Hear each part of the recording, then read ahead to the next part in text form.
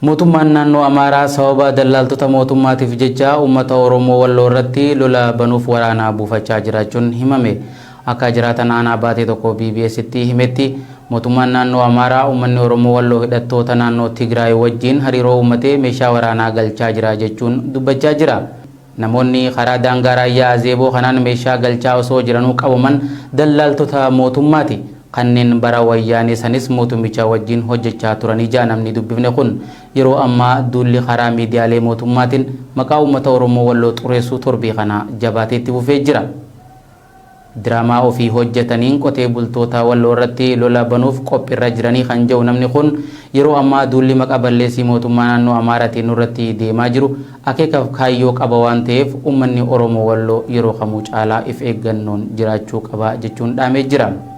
Lolatti marratti labsamaa jira Walloo irratti daldaltoota hin taane fi daldaltoota hin taanetu akka uummanni naannoo Amaaraa kun addatti uummata Oromoo Walloo kanarratti akka labsuu fi seejaa'ii daldalli dhuunfaa isaanii gaafa rakkabame saneedha uummati Walloon gurmoofneeti waraana bilisummaa Oromoo hidhachiisuudhaaf qaama Tigraay wajjin wal quunnamneerra jedhanii miidiyaa irratti dhiyoo kana waan faanaadhaan dabarsutti magarsan sanii wantichi ni dokumentariidha. Amma akka uummata Oromoo Walloo kanarratti lolli kanatti akka labsamu kan haarichi kan karaa taabu waan ta'e jedhamee mootummaan naannoo Amaaraa itti yaadee gochaa jiruudhaan jechuudha.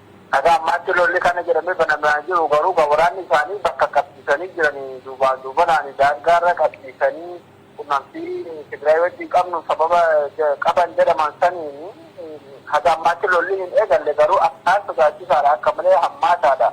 Qaamni qabame jedhamu kun immoo qaama daldala dhuunfaa isaa adeemsisaa turedha. Namni qaama daldala dhuunfaa adeemsisu yeroo qabametti gara uummataa garagalchuun kun xiqqoo baay'ee ulfaataa ta'ee addeessaa keessa jira. Tole kabajamtoota daawwattoota BBS oduun har'aaf qindeeffannee isaan gammaa daawwattanii hanga